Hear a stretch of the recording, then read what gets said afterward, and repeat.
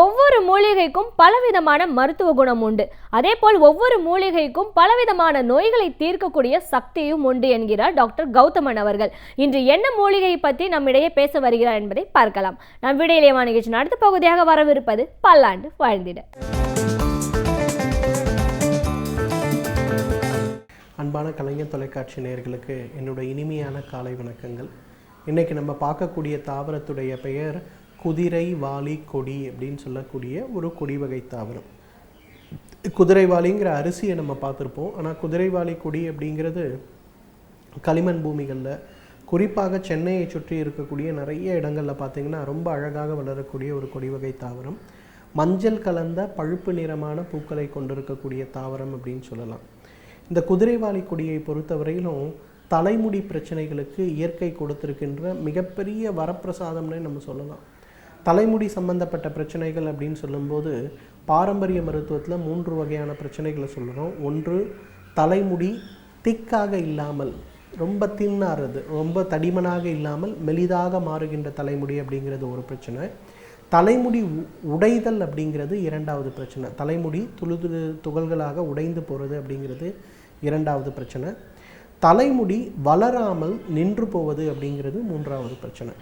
இந்த 3 பிரச்சனைகளுக்கும் பார்த்திங்கன்னா தனித்தனியான மூலிகைகளை கொண்டு சிகிச்சை அளிக்கிறதுனால தான் தலைமுடி சம்பந்தப்பட்ட பிரச்சனைகள் பாரம்பரிய மருத்துவத்திற்கு வரும்போது நன்றாக குணமாகிறது அப்படின்னு சொல்லலாம். ஸோ இந்த குதிரைவாலியை பொறுத்தவரையிலும் இந்த 3 பிரச்சனைகளுக்குமே தீர்வளிக்கக்கூடிய ஒரு காமன் மருந்துன்னு சொல்லலாம்.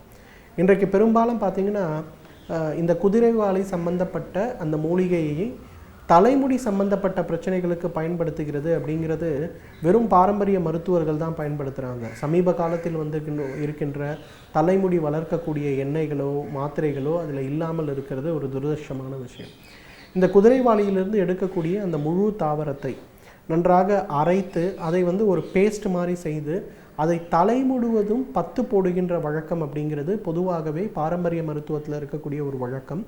கேரளாவில், கர்நாடகாவில் இருக்கின்ற, குறிப்பாக மேங்களூரில் இருக்கக்கூடிய நிறைய வைத்தியர்கள்லாம் பார்த்திங்கன்னா தலைமுடி சம்பந்தப்பட்ட பிரச்சனைகள் ஏற்படும் போது இதை நன்றாக மைய பேஸ்ட் மாதிரி அரைத்து தலை முழுவதும் 10 போட்டு அதற்கு மேலே என்ன பண்ணுவாங்கன்னா ஒரு வாழை இலை அல்லது தாமரை இலையை வைத்து கட்டி வைத்து விடுவார்கள். இந்த மாதிரி ஒரு மணி நேரம் வைத்துட்டு அதற்கு பிறகு வெந்நீர் வைத்து அந்த தலையை கழுவ சொல்வார்கள். இது ஒரு நல்ல பழக்கமாக ஒரு 40 நாட்கள் அல்லது 60 நாட்கள் செய்யும்போது தலைமுடி ஒன்றொன்றுமே நன்றாக கம்பி போல மாறுவதை நம்ம பார்க்க முடியும். தலைமுடி ரொம்ப மெலிதாக இருக்கக்கூடிய அந்த பிரச்சனை மறைந்து போகிறதையும் நம்ம பார்க்க முடியும். அந்த அளவுக்கு தலைமுடி சம்பந்தப்பட்ட பிரச்சனைகளுக்கு நல்ல தீர்வளிக்கக்கூடிய மருந்து இந்த குதிரைவாலி. 2வது, இன்றைக்கு நிறைய வகையான தோல் வியாதிகள் நமக்கு ஏற்படுறதை பார்க்கும். தலைகளில் பொடுகு ஏற்படுவது, முகத்தில் புள்ளிகள் ஏற்படுவது, முகத்தில் முகப்பருக்கள் ஏற்படுவது, அதே போல் நிறைய பேருக்கு கரப்பான்னு சொல்லக்கூடிய தோல் நோய். ஒரு இடத்துல பார்த்திங்கன்னா கருமை நிற புள்ளியோடு ஆரம்பிக்கும், அதை சொரியும் போது அப்படியே பக்கத்தில் இருக்கக்கூடிய இடங்களில் பரவ ஆரம்பிக்கும். கரப்பான்னு சொல்லக்கூடிய இந்த ஒரு பிரச்சனை. இந்த பிரச்சனைகளுக்கும் நல்ல தீர்வளிக்கக்கூடிய மருந்து என்ன அப்படின்னு கேட்டிங்கன்னா இந்த குதிரைவாலி தான். பொதுவாக பாரம்பரிய மருத்துவத்தில் தோல் நோய்களை நீக்குகின்ற சிகிச்சை செய்யும்போது பார்த்திங்கன்னா ஒரு மண்டலம் அப்படின்னு சொல்லக்கூடிய ஒரு நாள் சொல்லுவோம், 48 நாட்கள்னு சொல்லக்கூடிய அந்த மருந்துகள். இந்த குதிரைவாலியிலிருந்து எடுக்கக்கூடிய அந்த இலை கஷாயத்தை நன்றாக அரைத்து எடுக்கக்கூடிய சாறு, அதை என்ன பண்ணுவோன்னா காலையில் வெறும் வயிற்றில் ஒரு 50 மில்லி கொடுப்போம். அந்த 50 மில்லி கொடுத்த பிறகு அடுத்து பசி எடுக்கும் வரை அவங்க எந்த உணவுமே சாப்பிடக்கூடாது. காலையில் ஒரு 6 மணிக்கு இந்த கஷாயத்தை சாப்பிட்டாங்கன்னா சிலருக்கு 11 மணிக்கு பசிக்கும், சிலருக்கு 12 மணிக்கு பசிக்கும், சிலருக்கு 3 மணிக்கு தான் பசிக்க ஆரம்பிக்கும். இதை ஒரு 48 நாட்களாக நல்ல உணவு கட்டுப்பாடுகள். அன்றைக்கு அந்த 48 நாட்களும் அவர்களுக்கு உணவு பார்த்திங்கன்னா அரிசி வடித்தெடுக்கக்கூடிய கஞ்சோ அல்லது அந்த கஞ்சியுடன் சேர்ந்த அந்த அரிசி சோறோ தான் சாப்பாடு, வேறு எதுவுமே கிடையாது. இதை ஒரு 48 நாட்கள் தொடர்ந்து உபயோகப்படுத்தும் போது பார்த்திங்கன்னா எவ்வளவு நாள்பட்ட தோல் நோயாக இருந்தாலும், அடிக்கடி மீண்டும் ஏற்படுகின்ற தோல் நோயாக இருந்தாலும், உடல் முழுவதும் அரிப்பை ஏற்படுத்துகின்ற தோல் நோயாக இருந்தாலும், எந்த வகையான தோல் நோயாக இருந்தாலும் சரி, அந்த 48 நாட்களில் அந்த தோல் நோய்கள், அரிப்புகள், அந்த அரிப்புகளால் ஏற்பட்ட தழும்புகள், உடலில் ஏற்பட்டிருக்கக்கூடிய பாதிப்புகள், இந்த மாதிரி பிரச்சனைகள் எதாக இருந்தாலும் அவை மறைந்தே போகிறத நம்ம பார்க்க முடியும். அந்த அளவுக்கு தோல் நோய் சம்பந்தப்பட்ட பாதிப்புகள் எவையாக இருந்தாலும் அவை மறந்து போகிறதற்கு இந்த குதிரைவாலி ஒரு மிகச்சிறந்த மருந்து. அதே போல் குதிரைவாலியிலிருந்து பதப்படுத்தி எடுக்கக்கூடிய அந்த ஒரு எண்ணெய் சாறு ஒரு 100 மில்லி அளவுக்கு, சுத்தமான பசும்பால் ஒரு 200 மில்லி அளவு, அதே போல் குதிரைவாலியை அரைத்து எடுக்கக்கூடிய அந்த கல்கம் ஒரு 50 கிராம், அது கூட தண்ணீர் 1 லிட்டர், இவை எல்லாத்தையும் ஒன்றா கலந்து நன்றாக கொதிக்க வைத்து பதப்படுத்தி எடுக்கக்கூடிய அந்த குதிரைவாலியிலிருந்து எடுக்கக்கூடிய எண்ணெயை உச்சி முதல் பாதம் வரைன்னு சொல்கிற மாதிரி தலையிலிருந்து கால் வரை முழுமையாக தடவி சூரிய குளியல் அப்படின்னு சொல்லக்கூடிய ஒரு விஷயம், காலையில் ஒரு 5:30 மணி 6 மணிக்கு வரக்கூடிய அந்த சூரிய ஒளியில் ஒரு அரை மணி நேரம் நின்று அதன் பிறகு குளிக்க செய்யணும். இதை ஒரு சிகிச்சையாக எடுத்துக்கொள்ளும் போது இந்த தோல் நோய்கள், தோலில் ஏற்படக்கூடிய கரும்புள்ளிகள், தோலில் ஏற்படக்கூடிய அலர்ஜி சம்பந்தப்பட்ட பிரச்சனைகள், முகத்தில் ஏற்படக்கூடிய கரும்புள்ளிகள், முகத்தில் ஏற்படக்கூடிய பிரச்சனைகள், அதே போல் தலையில் ஏற்படுகின்ற பொடுகு சம்பந்தப்பட்ட பிரச்சனைகள், ஈவன் நிறைய பேருக்கு பார்த்திங்கன்னா இறுக்கமாக உடை அணியும் போது அவங்க இடுப்பில் ஏற்படக்கூடிய அரிப்புகள், தொடை இடுக்கில் ஏற்படக்கூடிய அரிப்புகள், இந்த மாதிரி எந்த வகையான தோல் நோயாக இருந்தாலும் அவை மறைந்து போகிறத பார்க்கலாம். குதிரைவாலியுடைய இன்னொரு முக்கியமான குணம் என்னென்னா, டயபெட்டிக் நியூரோபதின்னு சொல்லக்கூடிய நரம்பு சம்பந்தப்பட்ட பாதிப்புகளுக்கும், அதே போல் நியூரைட்டிஸ் அப்படின்னு சொல்லக்கூடிய ஒரு பிரச்சனை, ஒரு 65 வயது ஆகும்போது கால்கள்லாம் பார்த்திங்கன்னா எலாஸ்டிக் மாதிரி தோல்லாம் விரிவடைந்திருக்கும், தரையில் நடந்து போகும்போது கூட ஏதோ ஒரு துணி மேலே இல்லை ஒரு பிளாஸ்டிக் கவர் மேலே நமக்கு நடந்து போகிற மாதிரி தரையில் நடந்து போகிறதுக்கு பலமே இல்லாமல் இருக்கும். இந்த மாதிரி ஏற்படக்கூடிய நியூரைட்டிஸ் மற்றும் டயபெட்டிக் நியூரோபதி சம்பந்தப்பட்ட பிரச்சனைகளுக்கும் நல்ல தீர்வளிக்கக்கூடிய மருந்து இந்த குதிரைவாலி.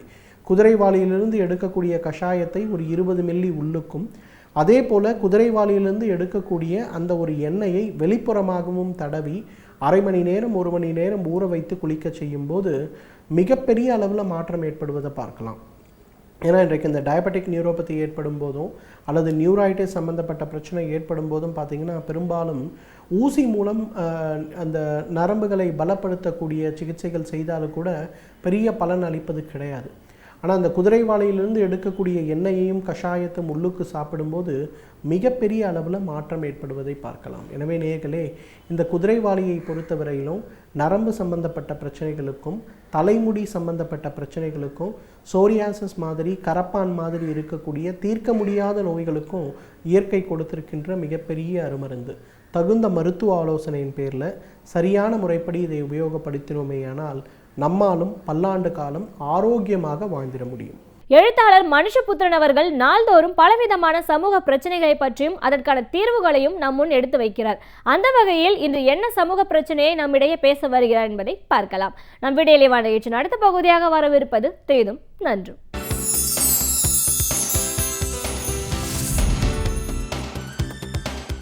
வணக்கம் நண்பர்களே, இன்னும் ஒரு இனிய காலை பொழுதில் தீதும் நன்றும் நிகழ்ச்சியில் உங்களை சந்திப்பதில் மிக்க மகிழ்ச்சி அடைகிறேன். சமீபத்தில் வரக்கூடிய குற்றங்கள் தொடர்பான செய்திகளில் ஒரு விஷயத்தை கவனிக்க முடிகிறது. எத்தகைய விஷயங்களுக்காக இங்கு அதிகமான கொலை குற்றங்கள் நடக்கின்றன என்று பார்க்கிற போது பெரும்பகுதி குற்றங்களை 2 பகுதிகளாக பிரித்து விடலாம் என்று தோன்றுகிறது. ஒன்று ஆதாய கொலைகள், இன்னொன்று உறவுமுறை சிக்கல்கள் சார்ந்த கொலைகள். இவை 2மே ஒரு மிகப்பெரிய சமூக பிரச்சனைகளினுடைய விளைவுகள் என்று நான் நினைக்கிறேன். நாம் இது 2ஐயும் பற்றி இன்றைக்கு நாம் கவலைப்படாமல் இருக்க முடியாது. ஏனென்று கேட்டால், இந்த ஆதாய கொலைகள் மற்றும் உறவுமுறை சிக்கல்கள் சார்ந்த கொலைகள் இவை 2மே எல்லோருடைய வாழ்க்கையுமே இன்றைக்கு பாதுகாப்பற்றதாக மாற்றி இருக்கிறது என்பதை நாம் மறந்துவிடக்கூடாது. அப்படி பார்க்கிற போது இந்த ஆதாய கொலைகள், இதை பற்றி சமீபத்தில் தலைவர் கலைஞர் அவர்கள் கூட ஒரு அறிக்கையை வெளியிட்டிருந்தார். இங்கே தமிழ்நாட்டில் நடக்கக்கூடிய ஆதாய கொலைகள் தொடர்பாக ஒரு அறிக்கை வெளியிட்டிருந்தார். திராவிட முன்னேற்றக் கழகத்தின் பொருளாளர் மு.க. ஸ்டாலின் அவர்கள் கூட அதை பற்றி மிகுந்த கவலையுடன் ஒரு அறிக்கையில் அவர் அதை பற்றி பேசுகிறார். இது தமிழ்நாட்டு மக்களினுடைய மிகப்பெரிய ஒரு பிரச்சனையாக மாறி இருக்கிறது. ஏனென்றால் ஆதாயத்திற்காக கொலை செய்யக்கூடியவர்கள், அவர்கள் ஒரு சிறிய தொகைக்காக கூட இன்றைக்கு கொலை செய்யக்கூடிய குழுக்கள் தமிழகம் முழுக்க இருக்கின்றன என்பதுதான் உண்மை. சொத்து பிரச்சனைகள், தனிப்பட்ட காரணங்கள், அரசியல் காரணங்கள், பொருளாதாரம் சார்ந்த காரணங்கள், இப்படி பல விஷயங்களுக்காக தனக்கு வேண்டாத ஒருவரை, ஒவ்வாத ஒருவரை தீர்த்து கட்டுவதற்கு அவர்களுக்கு ஒரு பெரிய தொழில்முறை கொலைகாரர்கள் இன்று தமிழகம் முழுக்க பரவி இருக்கிறார்கள். அவர்களை கட்டுப்படுத்துவதில் தமிழக அரசு முற்றாக தோல்வியடைந்து விட்டது, அதேபோல் காவல்துறை முற்றாக தோல்வியடைந்து விட்டது என்பதைத்தான் நாம் யதார்த்தத்தில் பார்க்கிறோம். ஏனென்றால் இந்த தொழில்முறை கொலைகாரர்கள் ஒரு கொலைகளோடு நிறுத்துவதில்லை, அவர்கள் மீண்டும் மீண்டும் குற்றங்களை செய்கிறார்கள். ஒரு மிகப்பெரிய அளவிற்கு பணம் பறிக்கக்கூடிய கும்பல்கள் தமிழகம் முழுக்க இங்கு புரையோடி போயிருப்பதை நம்மால் பார்க்க முடிகிறது. காவல்துறை ஏன் அவர்களை கட்டுப்படுத்த முடியவில்லை? இதுதான் முக்கியமான கேள்வி. அப்படி என்று சொன்னால் காவல்துறையினுடைய அனுசரணை இந்த தொழில்முறை கொலையாளிகளுக்கு இருக்கிறதா என்கிற ஒரு கேள்வியையும் நம்மால் தவிர்க்க முடியவில்லை. அதோடு மட்டுமல்லாமல் இன்றைக்கு அரசு எந்திரம் என்பது முற்றாக செத்துவிட்டது என்பதைத்தான் இந்த தொழில்முறை கொலையாளிகளினுடைய வளர்ச்சி என்பது காட்டுகிறது. இதன் மூலமாக இந்த குற்றவாளிகள் பெருகுவதன் மூலமாக மிகப்பெரிய அளவிற்கான அச்சுறுத்தல் குடிமக்களுக்கு, சிவில் சமூகத்தைச் சேர்ந்த மக்களுக்கு இன்றைக்கு ஏற்பட்டிருக்கிறது. எந்த காரணத்திற்கு வேண்டுமானாலும் தாங்கள் கொல்லப்படலாம் என்கிற ஒரு நிலை இன்றைக்கு உருவாகி இருக்கிறது. பொதுவாக பல லத்தீன் அமெரிக்க நாடுகளில் இத்தகைய தொழில்முறை கொலைகார கும்பல்கள், கடத்தல் கும்பல்கள் அரசாங்கத்தை விட வலிமையாக செயல்படக்கூடிய ஒரு செய்திகளை எல்லாம் நாம் படித்திருக்கிறோம். ஆனால் தமிழ்நாட்டிலும் கூட அத்தகைய ஒரு அவல நிலை இருக்கிறது என்பதை நாம் பார்க்க முடிகிறது. அப்படி என்று சொன்னால் இது உண்மையில் சட்டம் ஒழுங்கினுடைய தோல்வி ஒரு புறம், இன்னொரு புறம் நிறைய இளைஞர்கள் இப்படி தொழில்முறை கொலையாளிகளாக மாறுகிறார்கள். வறுமை, வேலையில்லா திண்டாட்டம், வன்முறை கலாச்சாரம் இவற்றின் காரணமாக பல இளைஞர்கள் இந்த தொழில்முறை கொலையாளிகளுடைய கும்பலுக்குள் ஈர்க்கப்படுகிறார்கள் என்றும் சமூகவியல் ஆய்வுகள் சுட்டிக்காட்டுகின்றன. அப்படிப்பட்ட சூழ்நிலையில் இதை ஒரு சமூக பிரச்சனையாகவும் நாம் பார்க்க வேண்டியிருக்கிறது என்பதை நாம் மறந்துவிடக்கூடாது. இது ஒரு விஷயம். இன்னொரு முக்கியமான விஷயம் இந்த உறவுசார் கொலைகள். இது கடந்த சில வருடங்களில் மிகப்பெரிய அளவிற்கு அதிகரித்திருப்பதை நாம் பார்க்கிறோம். அதாவது இன்றைக்கு திருமணத்திற்கு அப்பால் இருக்கக்கூடிய உறவுகள் என்பது ஒரு வழக்கமான ஒன்றாக சமூகத்தில் மாறி வருகிறது. அதாவது காலம் காலமாக இங்கு குடும்பம் என்கிற வரையறைக்குள் தான் எல்லோரும் இறுக்கமாக இருந்து கொண்டிருந்த ஒரு சூழ்நிலையில் அந்த குடும்ப வாழ்க்கையில் இருக்கக்கூடியவர்களுக்கிடையே அதிருப்திகள், பிரச்சனைகள், ஒவ்வாமைகள், வெறுப்புகள் இருந்தால் கூட அவற்றையெல்லாம் ஒழுக்க சகித்து கொண்டு அதுதான் தங்களுடைய வாழ்க்கை என்று வாழ்ந்த ஒரு காலம் என்பது இருந்தது. அதற்குள் பல்வேறு விதமான மனநோய்கள், தற்கொலைகள் எல்லாம் கூட நடந்திருக்கின்றன. இதை தாண்டி நாம் வாழ்க்கை இல்லை, இதுதான் நம்முடைய முடிவு என்று நினைத்து கொண்டு வாழ்ந்த காலங்கள் இருந்திருக்கின்றன. ஆனால் சமூக பொருளாதார மாற்றங்கள் காரணமாக, கல்வியினுடைய மாற்றங்கள் காரணமாக பெரும்பாலான ஆண்களும் பெண்களும் இன்றைக்கு பொது வெளிகளுக்கு வந்திருக்கிறார்கள், பொதுவான உரையாடல்களுக்குள் வந்திருக்கிறார்கள். எல்லோரும் வேலைக்கு செல்கிறார்கள், சேர்ந்து பணியாற்றுகிறார்கள். இன்னொரு புறம் தொடர்பியல் சாதனங்கள் வளர்ந்திருக்கின்றன. ஆக குடும்பத்திற்கு வெளியே பல்வேறு விதமான சமூக உறவுகள் நமக்கு உருவாகி இருக்கின்றன. அந்த சமூக உறவுகளிலிருந்து சில தனிப்பட்ட உறவுகள் கிளைப்பது என்பது அது காலத்தினால் நாம் தவிர்க்க முடியாத ஒன்று. ஏனென்றால் மனிதர்கள் இயல்பிலேயே பல்வேறு ஆசாபாசங்களை உடையவர்கள். அப்படி இருக்கிற போது பல்வேறு விதமான நட்புகள், உறவுகள் சமூகத்தில் தொடர்ந்து ஒருவருக்கு உருவாகி கொண்டே இருக்கின்றன. இதற்கு ஆண்கள், பெண்கள் என்கிற விதிவிலக்குகள் இல்லை. அப்படிப்பட்ட ஒரு சூழ்நிலையில் ஒருபுறம் குடும்பம் என்கிற அமைப்பு இங்கு மிகவும் இறுக்கமாக இருந்து கொண்டிருக்கிறது. அது சார்ந்த பண்பாடு சார்ந்த நெருக்குதல்கள் என்பது மிக கடுமையாக இருக்கிறது. இன்னொரு புறம் சுதந்திரமான ஒரு வெளி, ஆண்களும் பெண்களும் பழகுவதற்கான ஒரு வெளியும் இங்கு உருவாக்கப்பட்டிருக்கிறது. ஒரு பண்பாடு மாறுகிற, அதாவது டிரான்சிஸ்ட் பீரியட் என்று சொல்வார்களே, அந்த மாறுகிற காலகட்டத்தினுடைய குழப்பங்கள் தமிழர்களை, இந்தியர்களை வெகுவாக பாதித்து கொண்டிருக்கின்றன என்பதை நம்மால் வெளிப்படையாக தெளிவாக பார்க்க முடிகிறது. அப்படிப்பட்ட ஒரு சூழ்நிலையில் தான் நாம் இந்த உறவுமுறை சிக்கல்கள் சார்ந்த விஷயங்களை பார்க்க வேண்டியிருக்கிறது. அதாவது இது போன்ற குடும்ப உறவுகளில் ஒருவர் ஆழ்ந்த ஒரு வெறுப்பை கொண்டிருக்கிறார், அல்லது அவருக்கு முரண்பாடுகள் இருக்கின்றன, அல்லது அவருக்கு அந்த குடும்ப உறவுகளுக்குள் ஏதோ ஒரு விதத்தில் ஒரு ஒவ்வாமை இருக்கிற பட்சத்தில் அவர் வேறு சில யாரோ ஒருவருடைய உறவில் அல்லது நட்பில் அவர் ஆறுதல் தேடுகிற சமயத்தில் அது குடும்ப வாழ்க்கைக்குள் பல்வேறு விதமான மோதல்களை உருவாக்குகிறது. ஏனென்றால் நிறைய குடும்பங்களில் பார்த்தீர்கள் என்றால் கணவன் மனைவிக்கு இடையே ஒரு பெரிய ஒவ்வாமை இருந்தால் கூட என்ன நடக்கிறது என்று சொன்னால் பல்வேறு சமூக காரணங்களுக்காக அவர்கள் ஒன்றுபட்டு இருக்க வேண்டிய ஒரு நிலை இருக்கிறது. உதாரணமாக குழந்தைகளுடைய எதிர்காலத்தை பற்றி யோசிக்க வேண்டி இருக்கிறது, பொருளாதார சூழ்நிலையை பற்றி யோசிக்க வேண்டி இருக்கிறது, குடும்ப கௌரவம், சாதி ரீதியான கௌரவங்கள், மத ரீதியான கௌரவங்கள், இப்படி பல விஷயங்கள் ஒவ்வாத குடும்பங்களை கூட இணைத்து வைத்திருக்கக்கூடிய ஒரு சூழ்நிலை இந்திய பண்பாட்டில் இருக்கிறது. இன்னொரு புறம் இங்கு திருமணம் என்பது சுலபமாக இருப்பது போல விவாகரத்து போன்றவை அவ்வளவு சுலபமாக இல்லை. நீதிமன்றத்தினுடைய கதவுகளை பல முறை தட்ட வேண்டிய ஒரு நிலைதான் இன்றைக்கும் இருக்கிறது. அப்படிப்பட்ட ஒரு சூழ்நிலையில் இப்படி பல்வேறு சமூக காரணங்களின் காரணமாக பிரிந்து செல்ல முடியாதவர்கள், அது வாழ்க்கையில் வேறு விதமான தேர்வுகளை செய்ய முடியாதவர்கள், ஏற்கனவே தங்கள் வாழ்க்கையில் இருக்கிறவர்களை கொன்று விடுவது என்கிற ஒரு முடிவிற்கு சிலர் வருகிறார்கள். வெறுப்பினுடைய உச்சமாகவோ அல்லது ஒரு பிரச்சனைக்கு தீர்வு கண்டுபிடிக்க முடியாதனுடைய ஒரு காரணத்தினோ இந்த முடிவுக்கு வருகிறார்கள். இந்த உளவியல் என்பது மிக ஆபத்தானது. நம்முடைய பண்பாடு என்பது நெகிழ்வற்றதாக அல்லது ஒருவர் வாழ்க்கையை மாற்றிக்கொள்வதற்கான வாய்ப்புகளை அவ்வளவு சுலபமாக தர தயாராக இல்லாததினால் இதில் இந்த கொலை போன்ற விஷயங்களுக்கு இன்றைக்கு மனிதர்கள் சுலபமாக அவற்றை செய்வதற்கான இடத்திற்கு தள்ளப்படுகிறார்கள். இதற்கு பின்னால் இருக்கக்கூடிய நியாய அநியாயங்கள் என்னவாக இருந்தாலும் கூட இந்த கொலைகள் பெருகி வருகின்றன. சமூகத்தில் இதை பற்றிய ஒரு விழிப்புணர்வை ஏற்படுத்த வேண்டும். நாம் பண்பாடு என்பதை ஒரு நெகிழ்வானதாக மாற்ற வேண்டும். வாழ்க்கையை மாற்றிக்கொள்வதற்கான உரிமைகள் சகஜமானால் மட்டும்தான் இந்த உறவுசார் கொலைகளையும் நாம் தடுக்க முடியும் என்பதை இந்த இடத்தில் நான் ஆழமாக பதிவு செய்ய விரும்புகிறேன். மீண்டும் இன்னும் ஒரு புதிய சிந்தனையோடு உங்களை சந்திக்கிறேன். நன்றி, வணக்கம். பல்வேறு துறைகளை சார்ந்த பிரபலங்கள் அவர்களுடைய அனுபவங்களை நம்முடன் பகிர்ந்து கொள்ளும் போது அது நமக்கு சிறந்த தூண்டுகோலாக அமைகின்றது. அந்த வகையில் இன்றைய சிறப்பு விருந்தினர் யார் என்பதை பற்றியும் அவர்கள் என்ன செய்திகளை நம்மிடையே பேச வருகிறார் என்பதையும் பார்க்கலாம். நம் விடியலை நிகழ்ச்சியின் அடுத்த பகுதியாக வரவிருப்பது சிறப்பு விருந்தினர் பகுதி.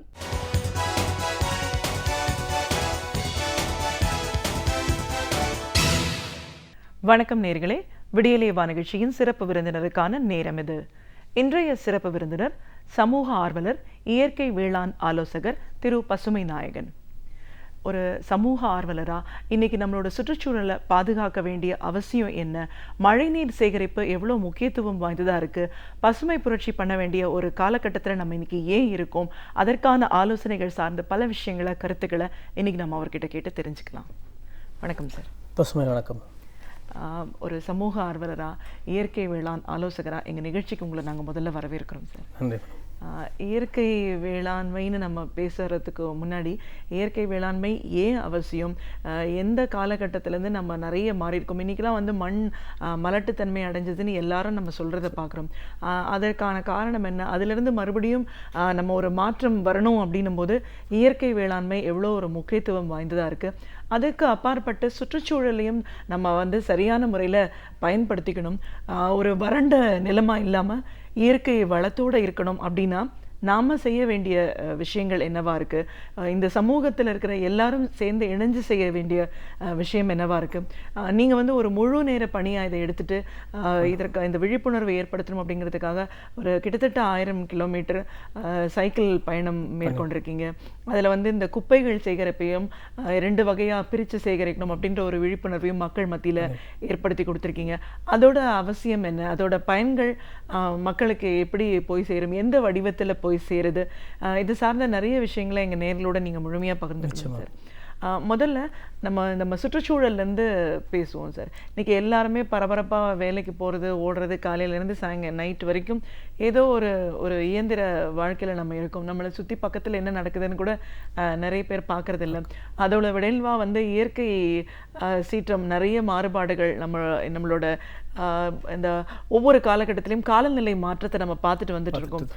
ஸோ இது எல்லாத்தையும் கூடி இந்த வேலை செய்யும் போதே நம்மளோட சுற்றுச்சூழலை சரியான முறையில் வளமான இடமா அமைச்சுக்கணும் அப்படின்னு நினைக்கிறவங்க முதல்ல என்னெல்லாம் செய்யணும்னு உங்களோட பார்வைகள் சார்? முக்கியமாக இந்த பாதுகாப்பு அப்படின்னும் போது நம்ம பஞ்சபூதங்களை தெய்வங்களாக வணங்குறோம், ஆனால் அதை பாதுகாக்கிறது இல்லை. இப்போது குளோபல் வார்மிங் நம்ம சொல்லிகிட்டு இருக்கோம். அதுக்கு முக்கியமாக வந்து ஐஸ் மெல்ட் ஆகிறதோ மரங்கள் வெட்டுறதோ மட்டுமே வந்து உலக வெப்பமயம் இல்லை. நம்ம சுற்றி சயின்டிஸ்ட் என்ன ப்ரெடிக்ட் பண்ணுறாங்க அப்படின்னா ஒரு தனி மனிதமும் உடைய பொறுப்பும் வந்து மரம் நடுதல், மழைநீர் சேகரிப்பு, இந்த குப்பைகளை பிரித்து கொடுக்குறது மாநகராட்சிக்கு, பிளாஸ்டிக்கை அவாய்ட் பண்ணுறது. பிளாஸ்டிக்கை வந்து நம்ம எவ்வளோ வேணால் பயன்படுத்தலாம், ஆனால் அதை முறையாக பயன்படுத்தணும், முறையாக அதை வந்து ரீசைக்கிளிங்க்கு அனுப்பணுன்றது ஒரு முக்கியமான விஷயம். இன்றைக்கி விவசாயன்றது ஒரு பிரதான தொழில். நம்ம வந்து ஆட்சி விவசாயம் சார்ந்த ஆட்சி தான் இருந்தது. இப்போது அந்த மாதிரி இப்போது இல்லை. விவசாயம் வந்து ஒரு தொழிலாகவே இன்றைக்கு மதிக்கப்படலை.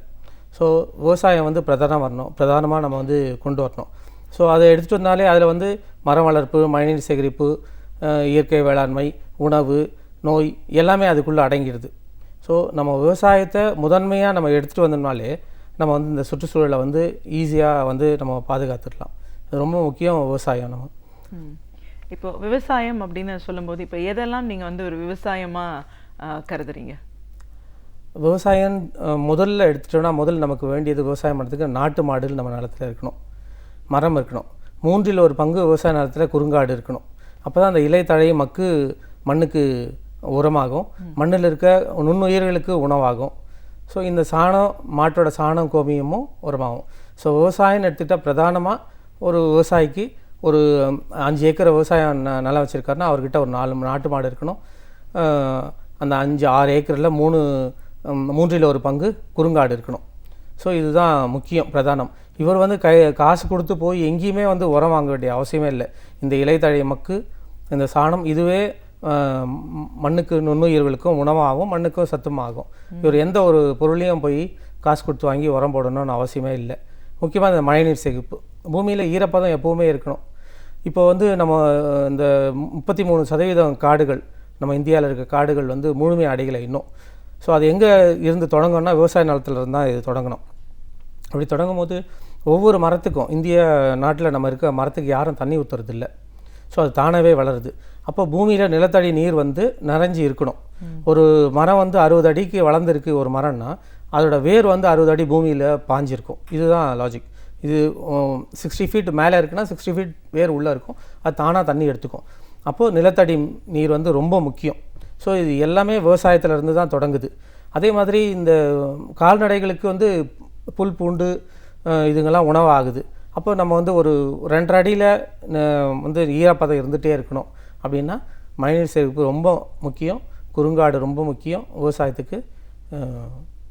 விவசாயம் அப்படின்னு சொல்லும்போது அடிப்படையாக ஒரு மரம் அப்படிங்கிறது ரொம்ப ஒரு முக்கியமானதாக இருக்குது. அவங்கள சுற்றி இருக்கிற இடத்துல ஈரப்பதம் அதுவும் தேவையாக இருக்குது. இயற்கை விவசாய முறை அவசியமானதுன்னு சொல்ல வரீங்க. இப்போது இயற்கை வேளாண்மை பற்றி பேசுறதுக்கு முன்னாடி மழைநீர் சேகரிப்பு சொல்லியிருக்கீங்க. இப்போது மழைநீர் சேகரிப்புனா இப்போ நம்ம தொடர்ந்து சமீபத்தில் பார்த்தோம், ஒரு 3-4 ஆண்டுகள் தொடர்ந்து மழை இல்லாத ஒரு காலகட்டம், தண்ணீர் பஞ்சம் அப்படின்லாம் பார்க்குறோம். அதுக்கப்புறம் தான் இப்போ மழைநீர் சேகரிப்பை பற்றி பேச ஆரம்பிச்சிருக்கோம். அதை பற்றி மக்கள் மத்தியில் இப்போது ஒரு விழிப்புணர்வு இருக்குது. அப்படின்னாலும் இந்த மழைநீர் சேகரிப்பை ஒரு சாதாரணமாக ஒவ்வொரு வீட்லேயும் எங்கிருந்து ஆரம்பிக்கணும் சார்? எப்படி செய்யணும்? இது வீடுன்னு நம்ம எடுத்துட்டோம்னா வீட்டு மாடியிலேருந்து வர மழைநீரை வந்து நம்ம வந்து கிணத்துல விடலாம். ஒரு 5க்கு 5 பள்ளம் வெட்டி அதில் வந்து மணல் ஜல்லி போட்டு அதில் மழைநீர் சேகரிப்பு செய்யலாம். அதே மாதிரி பொது இடங்களில் வந்து குளங்களில் வீணாக போய் வெளியே ரன் ஆஃப் ஆகிற ஓட்டரை வந்து குளங்கள் ஏரிகளில் வந்து நம்ம சேர்க்கலாம். இதில் ஒரு விவசாய நிலத்துலேயும் வந்து இதை வந்து பண்ணலாம். அதாவது விவசாய நிலத்துலேருந்து வெளியே போகிற தண்ணியை ஒரு விவசாயம் தன்னுடைய நிலத்துக்குள்ளேயே ஒரு பண்ணை குட்டை அமைச்சு ஹார்வெஸ்ட் பண்ணலாம். ஹார்வெஸ்ட் பண்ணும்போது முதல் சீசனல் ரெயின், முதல் பருவமழையிலையோ இல்லை முதல் வருட மழையிலையோ இந்த மழைநீர் வந்து உள்ளே வந்து ஊடுருவும், பெனட்ரேட் ஆகும். 2வது பருவமழையோ 2வது வருஷம் மழையிலையோ இந்த மழைநீர் வந்து கிரவுண்ட் லெவல் இன்க்ரீஸ் ஆகும், நிலத்தடி நீரை வந்து உயர்த்தும். 3வது ஆண்டு இல்லை 3வது பருவமழை வந்து எப்பொழுதுமே தண்ணி இருக்கும். இதை தான் நம்ம வந்து நம்மளுடைய அறக்கட்டளையில் வறண்ட ஆறுகள் மழைநீர் சேகரிப்பு திட்டம்னு ஒன்று வச்சுருக்கோம். இதில் வந்து வறண்டு இருக்க ஆறுகள் அதில் வந்து 10 அடிக்கு கீழே, ஆற்று கீழே வந்து ஏரியிலேருந்து தூர்வாரப்பட்ட மண்ணை வந்து நெகிழித்தாளில் சுற்றி உள்ளே வந்து 10 அடியிலேருந்து 1 அடியாக அடக்கி வரணும். அப்படி வரும்போது ஒரு 1/2 கிலோமீட்டருக்கும் வறண்ட ஆறுகள் நம்ம தமிழகம் முழுக்க எங்கெல்லாம் இருக்கோ ஒரு 1/2 கிலோமீட்டருக்கும் இதை செய்யும் போது ஏரி வந்து தூர்வாரப்படுது. ஒரு அரை கிலோமீட்டருக்கும் அண்டர் த கிரவுண்ட் நம்ம வந்து ஒரு செக் டேம் கட்டுறோம். இப்போ எல்லாரும் ஆன் த கிரவுண்ட்னா செக் டேம் கட்டி நீரை தேக்குறாங்க. அண்டர் த கிரவுண்ட் நம்ம கட்டினோன்னா அங்கே சுற்றி இருக்கிற நிலங்கள்லாம் வந்து நீர் பிடிப்பு ஏற்படும். அப்போது இந்த பக்கத்தில் இருக்க கிணறுல வந்து கிரவுண்ட் லெவல் வாட்டர் இன்க்ரீஸ் ஆகும், போரில் இன்க்ரீஸ் ஆகும். ஸோ இந்த வந்து நம்ம பண்ணோம்னா 3 வருஷத்தில் அண்டை மாநிலங்கள்லேருந்து நம்ம தண்ணி வாங்க வேண்டிய அவசியமே இருக்காது, நம்ம எதிர்பார்க்க வேண்டிய அவசியமே இருக்காது. ஒரு 15 நாள் நமக்கு இந்த பருவமழை பெய்யுதுன்னா அதுவே நம்ம வந்து ஹார்வெஸ்ட் பண்ணிடலாம். கடலுக்கு வந்து போய் சேர்றதுக்கு வாய்ப்பும் கம்மியாக இருக்கும். ஸோ இதை நம்ம பண்ணோம்னாலே வந்து இப்போ கடல் மட்டம் உயருது, ஐஸ் மெல்ட் ஆகி கடல் மட்டம் உயருது அப்படின்னு சொல்கிறாங்க. இந்த கடல் மட்டம் உயரதுலேயும் ஆபத்து இருக்குது. கடல் மட்டம் உயர இப்போ இந்த 2020லேருந்து 25க்குள்ளே 1 மீட்டர் உயரம்னு சொல்கிறாங்க.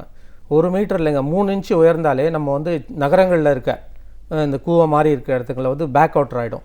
இப்போவே நீங்கள் போயிட்டு கூவம் ஒரு பகுதியை நின்று ஒரு அரை மணி நேரம் அந்த கூவத்தை நீங்கள் வாட்ச் பண்ணி பாருங்கள், கூவம் வந்து பேக்கில் தான் வந்துட்டுருக்கு.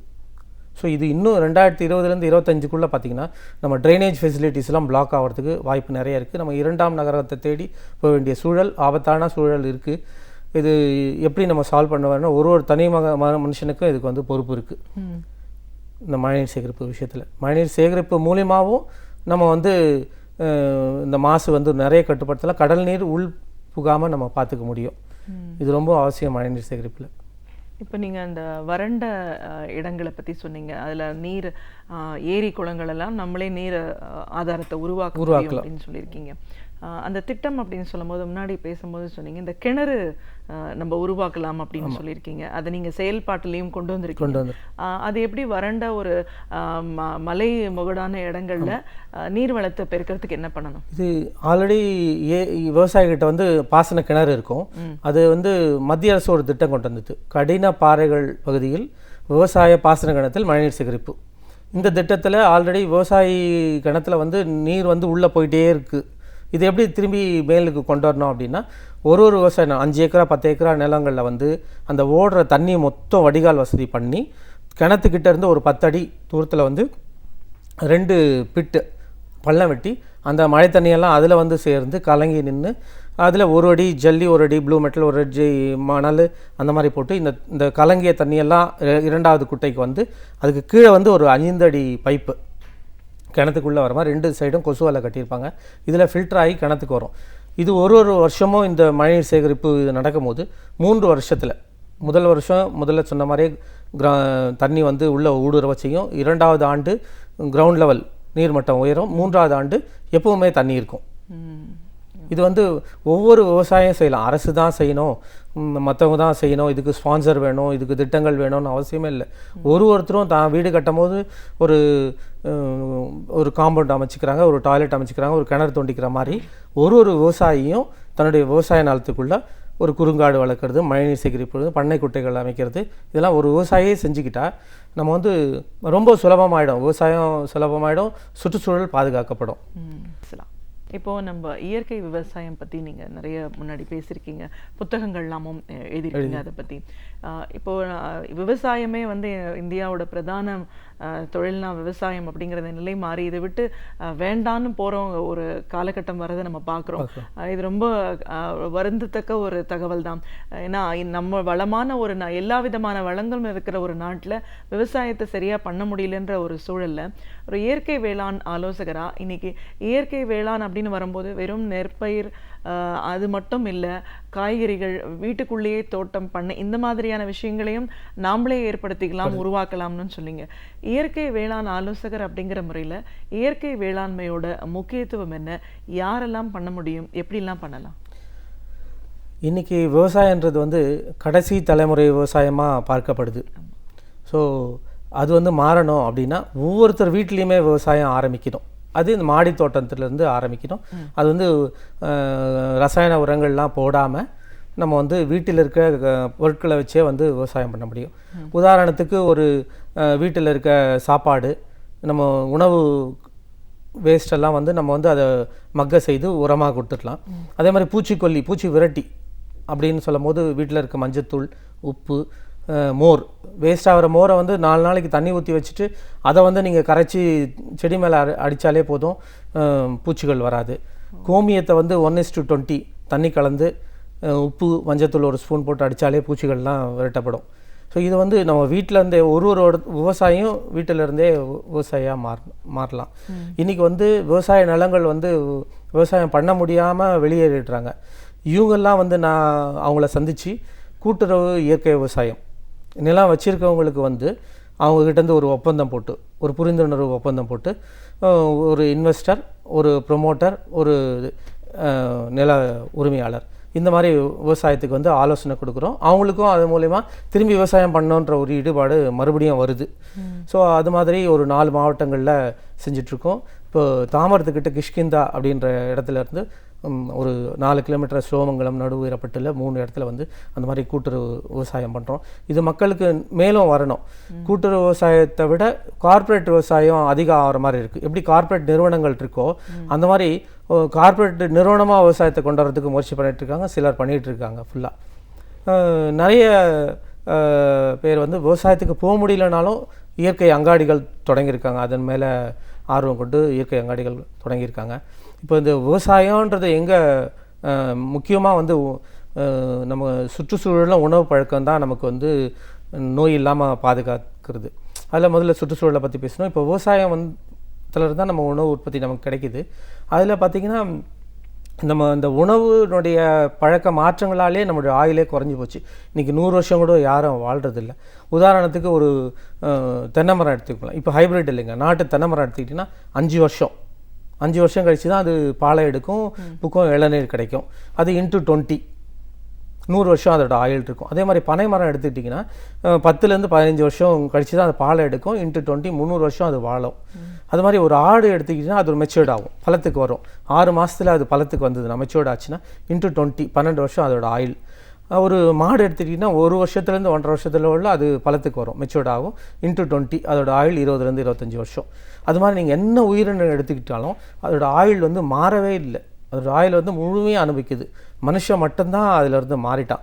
மனுஷன் வந்து முதல்ல எப்படி இருந்தான், 1000 வருஷத்துக்கு முன்னாடி எப்படி இருந்தான்னா, ஒரு பெண் வந்து 14 வயதில் பூ பெய்தவாள், ஒரு ஆண் 15 வயதில், இன்ட்டு 20 பெண் 280 வருஷம் வாழ்ந்திருக்காங்க, ஆண் 300 வருஷம் வாழ்ந்திருக்காங்க 1000 வருஷத்துக்கு முன்னாடி வரைக்கும். இது எப்படி மாறிச்சுன்னா இந்த உணவு பழக்கமும் சுற்றுச்சூழலால் தான் இது வந்து மாறிச்சு. ஸோ இதுக்கு பிரதான விவசாயம். முன்னாடி சார் இப்போ நம்ம இந்த இயற்கை வேளாண் பற்றி பேசிகிட்டு இருக்கோம். இதில் வந்து நம்ம அந்த வீட்டிலேயே பண்ணலாம்லாம் சொன்னீங்க. என்ன மாதிரியான ஒரு பயிர் வகைகள்லாம் அவங்களே தாங்களே செஞ்சுக்க முடியும் அப்படிங்கிறதுக்கான ஆலோசனை? ஆமாம், இப்போ தினம் டே டு டே நீட்ஸ் அப்படின்னு ஒன்று இருக்குது. தக்காளி, பச்சை மிளகாய், கத்திரிக்காய், வெண்டைக்காய், இது இல்லாமல் தினமே நம்ம வந்து ஒன்றுமே பண்ண முடியாது. இது வந்து ரொம்ப சுலபமாக பண்ண முடியும். ரொம்ப சுலபமாக வந்து இந்த தக்காளி வந்து நம்மளே நாற்று விட்டு டிரான்ஸ்பிளான்ட் பண்ணிக்கலாம். வெண்டைக்காய் நேரடியாக விதைப்பு செய்யலாம். இது வந்து இதுக்கு வந்து தமிழ்நாடு தோட்டக்கலையிலேருந்தும் நிறையா விஷயங்கள் கொடுக்குறாங்க. நம்ம ஒரு நர்சரியிலையும் இது வந்து இப்போ கிடைக்க ஆரம்பிச்சிச்சு. முன்னெல்லாம் வெறும் பூச்செடிகள் தான் நர்சரியில் கிடைக்கும். இப்போ வந்து காய்கறிகள் நாற்று கிடைக்க ஆரம்பிச்சிருச்சு. சென்னை முழுக்க எல்லா நர்சரியிலையும் வந்து இருக்குது. சந்தையில் பல்லாவர சந்தையில் வந்து வாரம் வெள்ளிக்கிழமை உங்களுக்கு வந்து எல்லா வகையான நாற்று கிடைக்கும். ரொம்ப சிம்பிள். தக்காளி, பச்சை மிளகாய், கத்திரிக்காய், வெண்டைக்காய், இது வந்து ஈஸியாக நம்ம வந்து இன்றைக்கி தக்காளி வந்து 100 ரூபா வரைக்கும் விலை போச்சு. இது வந்து அது எப்படி ஆகுதுன்னா, பழமனேரி, ஒட்டன்சத்திரம் இங்கேருந்து விவசாயிகிட்டேருந்து 2 ரூபாய்க்கு தக்காளி வாங்கி 3 இடைத்தரகர்கள் 3 டிரான்ஸ்போர்ட்டேஷன் ஆகி இங்கே வந்தோன்னா 60 ரூபாய்க்கு விற்கிறாங்க. ஸோ தக்காளி வந்து எப்படி விலை நிர்ணயம் ஆகுது அப்படின்னா, இன்றைக்கி 100 வண்டி வந்துச்சுன்னா இன்றைக்கி வந்து தக்காளி வந்து 20 ரூபா, 80 வண்டி வந்துச்சுன்னா தக்காளி 40 ரூபா, 50 வண்டி வந்துச்சுன்னா தக்காளி 60 ரூபா, அந்த மாதிரி தான் நிர்ணயிக்கிறாங்க. விவசாயி அவனுடைய முதலீடு எவ்வளோ ஆச்சு, அவனுடைய 100 நாள் அவனுடைய உழைப்பு எவ்வளோ ஆச்சு அப்படி வந்து நிர்ணயிக்கிறது இல்லை. ஸோ இது ஈஸியான ஒரு விஷயத்தை வந்து நம்ம வீட்டிலேயே பண்ண முடியும். விதைச்சா போதும். இன்றைக்கி வந்து காக்கா, குருவி, ஆடு, மாடு எல்லாமே விதைக்குது, மரம் வளருது, எல்லாமே விவசாயம் பண்ணுறாங்க. ஒரு காக்கா வேப்பங்கழை தின்னுட்டு போடுது. இன்றைக்கி வேப்ப மரம் இந்தியாவில் யாருமே சொந்தமாக தனியாக நட்டு வேப்ப மரம் பயிரிட்டதே கிடையாது. எல்லாம் இந்த காக்கை இது பண்ணதான் வேலை. அது மாதிரி நம்ம இந்த தக்காளி, வெண்டைக்காய், கத்திரிக்காய், பச்சை மிளகாய் வந்து வீட்டில் ரொம்ப சுலபமாக பண்ண முடியும். அது நாற்றுகள் கிடைக்குது, விதை ரொம்ப சுலபமாக கிடைக்குது. இது வந்து வீட்டிலேயே பண்ணலாம். அதுக்கு நான் பயிற்சியும் கொடுக்குறேன், வீட்டை அமைச்சும் கொடுக்குறேன். இது வரைக்கும் 1528 வீடுகள் வந்து இங்கே சென்னையில் வந்து நான் மாடி தோட்டம் பண்ணி கொடுத்துருக்கேன். ஸோ என்கிட்ட ஆலோசனை கேட்டாலும் பண்ணுவேன். ஆன்லைன்லேயே நிறைய விஷயங்கள் இலவசமாகவும் படிச்சிருக்கோம். இது மக்கள் வந்து ரொம்ப ஈஸியாக இந்த விவசாயத்தை பண்ண முடியும். அதே மாதிரி கீரைகள் வந்து இன்றைக்கி விதைச்சி அதை வந்து பிடிங்க எடுத்துடணும், திரும்பி விதைக்கணும், திரும்பி பிடிக்க எடுக்கணும். அது மாதிரி எல்லாம் பாரம்பரியமாக நம்ம வந்து முருங்கை, அகத்தி, பொன்னாங்கண்ணி, மணத்தக்காளி, பொன்னாங்கண்ணியில் 3 வகையான பொன்னாங்கண்ணி வீட்டில் நம்ம வளர்க்க முடியும். புளிச்சக்கீரை, இந்த மாதிரி நிறைய வகையான கீரைகளை வந்து நீங்கள் வெட்ட வந்துகிட்டே இருக்கும். இப்போது கீரை விவசாயிகிட்டேருந்து வரும்போது பூச்சி மருந்து தெளிச்சு ஃபஸ்ட்டு கீரை வந்து டிஏபி போட்டு தான் அதை விதைக்கிறாங்க. அதுக்கப்புறம் 2 இலை வந்தோடனே அதுக்கு மேலே யூரியாவை போடுறாங்க. அது 4 இலை வந்தோடனே பூச்சி எங்கே இருந்தாலும் தானாக வந்துடும், உடனே வந்து பூச்சி மருந்து அடிக்கிறாங்க. இது வந்து நம்ம இதை வந்து இல்லாமல் நம்ம வந்து நஞ்சு இல்லாமல் வந்து நம்ம கீரையை சாப்பிட முடியும். ஸோ இந்த கீரைகளை வந்து நம்ம வீட்டிலே வளர்க்க முடியும். ஸோ இது வந்து சார் நான் போட்டேன், எனக்கு வந்து முளைக்கலை, தழை வரல, பூச்சி வந்துடுச்சு அப்படின்னு சொல்கிறாங்க. ஸோ அதனால் இப்போது நாங்கள் எங்கள் அறக்கட்டையில் நாங்கள் வந்து அந்த கீரையை விதைச்சி வளர்த்து அதை ப்ரூனிங் பண்ணி நிறைய தழை வர மாதிரி பண்ணி நாங்கள் வந்து ரெடிமேடாக கொடுக்குறோம். நீங்கள் வருஷம் முழுதும் இதை வந்து அறுவடை பண்ணி சாப்பிட்டுட்டே இருக்கலாம். ஸோ ஒரு 10 தொட்டி உங்களுக்கு கீரை 5 வகையான கீரை கொடுக்குறோன்னா இந்த வாரம் ஃபுல்லாக அந்த கீரையை நீங்கள் கத்திரியில் வெட்டி அது தென்னநார் கழிவு போட்டு லைட் வெயிட்டில் பண்ணியிருப்போம், அதை நீங்கள் கத்திரிச்சு எடுத்துக்கலாம், பிடுங்கக்கூடாது. ஸோ வருடம் ஃபுல்லாக நீங்கள் வெட்ட திரும்பி வந்துகிட்டே இருக்கும். இந்த 10 தொட்டி நீங்கள் உணவாக சமைச்சிட்டு அடுத்த வாரம் பார்த்தீங்கன்னா முதல் வெட்டின தொட்டி வந்து துளுத்துருக்கும். ஸோ கீரை வந்து நீங்கள் கடையில் போய் வாங்க வேண்டிய அவசியமே இருக்காது. இந்த மாதிரி நிறைய சின்ன சின்ன விஷயங்களை நம்ம வீட்டிலேயே பண்ணிக்கிறதுக்கான வாய்ப்புகள் நிறைய இருக்குது. இப்போ இங்கே முன்னாடி பேசும்போது உணவு பழக்க வழக்கம் பற்றி சொல்லிட்டு இருந்தீங்க. இப்போ நம்ம நிறைய மாறிட்டோம் உணவு பழக்க வழக்கத்துலேருந்து, இயற்கைக்கு அப்பாற்பட்டு போயிட்டோம். அதனாலும் இயற்கை உணவுகள், பச்சை காய்கறிகள், கீரைகள், இந்த மாதிரியான உணவுகளோட மகத்துவம் என்ன, இதோட முக்கியத்துவம் தெரிஞ்சு இன்னைக்கு நம்ம மாற வேண்டிய அவசியம் என்னவா இருக்குது? முதல்ல நம்மளுடைய உணவுன்றதே அரை வயிறு கஞ்சி, 1/4 வயிறு தண்ணி, இதுதான் முக்கியம். அந்த கஞ்சின்றதை நம்ம முழுசாக மறந்துட்டோம். வயிறு முட்டை சாப்பிட்றது இந்த மாதிரி விஷயங்களுக்கு நம்ம மாறிட்டோம். ஸோ பிரதானமாக ஈஸியாக ஜீரணிக்கிறதுக்கு முதல்ல கஞ்சி தான் ஆரம்பிக்கிறோம். அப்புறம் சமைக்காத காய்கறிகள் உணவு, சமைக்காமையே நம்ம வந்து காய்கறிகள்லாம் நிறைய எடுத்துக்கலாம். இது வந்து இப்போ அதுக்கு இருந்து ஜங்க் ஃபுட்டுக்கு மாறுறதுனால இன்றைக்கி வந்து நிறைய நோய் வந்துட்டுருக்கு.